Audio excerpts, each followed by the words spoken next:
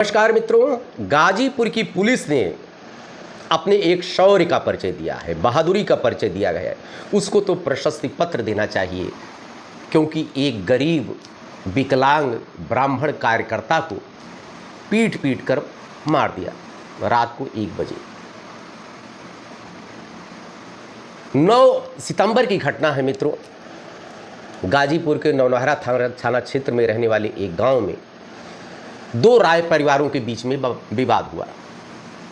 राय हैं तो भाजपा से जुड़े हैं, कहने की जरूरत ही नहीं है। एक ने ट्यूबवेल का कनेक्शन पास कराया, उसने कहा कि यहां पर ट्यूबवेल लगेगी,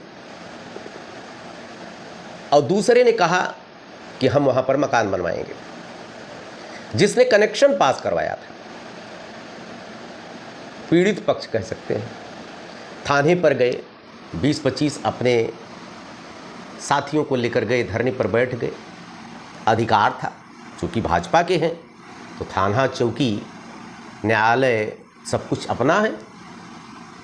बैठ गए वहाँ पर, धक्का मुक्की होती रही। क्षेत्राधिकारी आए, सीओ साहब आए, बड़े कप्तान ने जिसको जिन अधिकारियों को निर्देशित किया वो भी आए। मान मनोवल का दौर शुरू हुआ, बात नहीं बनी।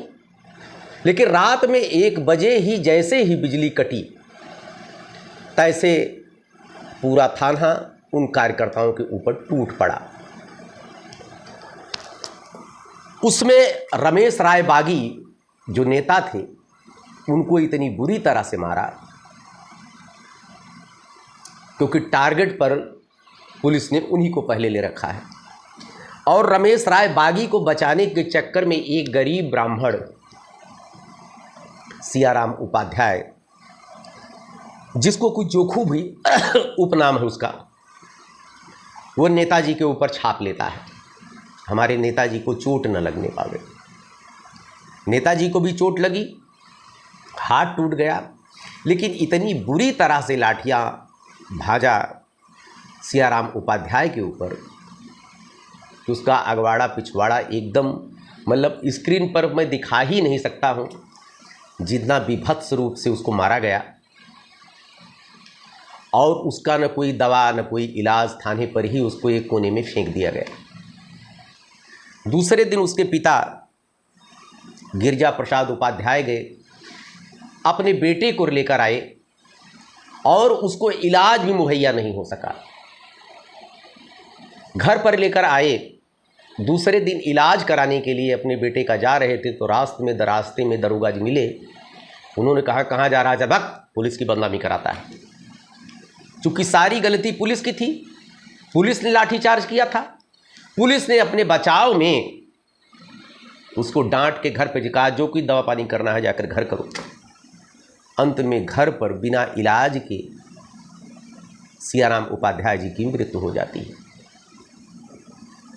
सियाराम की उपाध्याय जी के ऊपर जो उपाध्याय जी की मृत्यु हुई, तो जिला अध्यक्ष वहाँ के जो हैं ओम प्रकाश राय से जब पूछा जाता है, उन्होंने अपना कार्यकर्ता होने से ही मना कर दिया सियाराम उपाध्याय उर्फ जोखू को।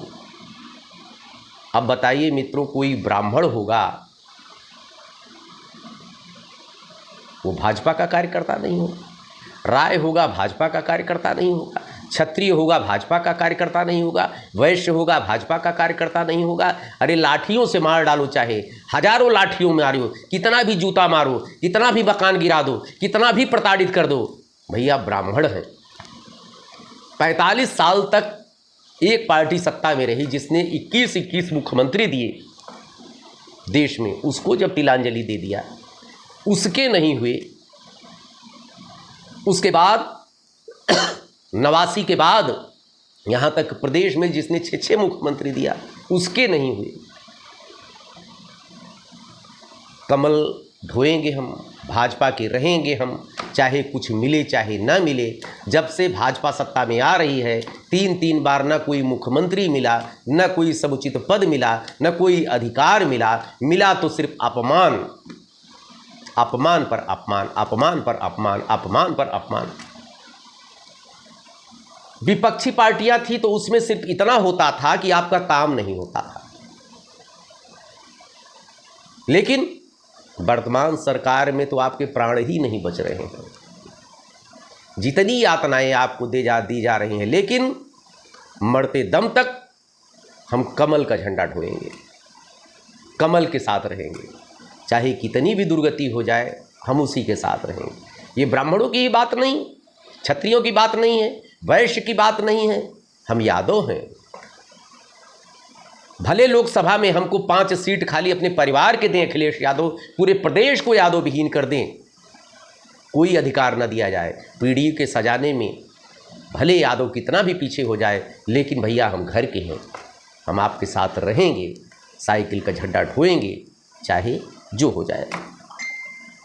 बताइए, वही ओम प्रकाश राय जब गांव में जाते हैं, इनकी फजीहत होती है, इनको गाली दी जाती है, चारों तरफ घेर लिया जाता है, कहा जाता है कि आप ही ने लाठीचार्ज करवाया था और आप ही ने अपना कार्यकर्ता होने से मना कर दिया था। दबाव में आकर उन्होंने कहा कि हम हमारा ही कार्यकर्ता थे। 6 पुलिसकर्मियों को सस्पेंड कर दिया गया, 5 को लाइन हाजिर कर दिया गया, वहाँ के एसओ को भी सस्पेंड कर दिया गया। क्या इतनी कार्रवाई पर्याप्त है? इतनी ही कार्रवाई से सियाराम यादव को आप श्रद्धांजलि दे दिए, उनकी आत्मा को शांति मिल जाएगी। मित्रों, स्वार्थपरकता, पैसा आदमी को बदल देता है। कल को गिरिजा प्रसाद उपाध्याय जो अपने बेटे की तहरीर दिए, लेकिन पुलिस की धृष्टता देखिए कि उस तहरीर को उन्होंने बदलवा दिया पुलिस ने।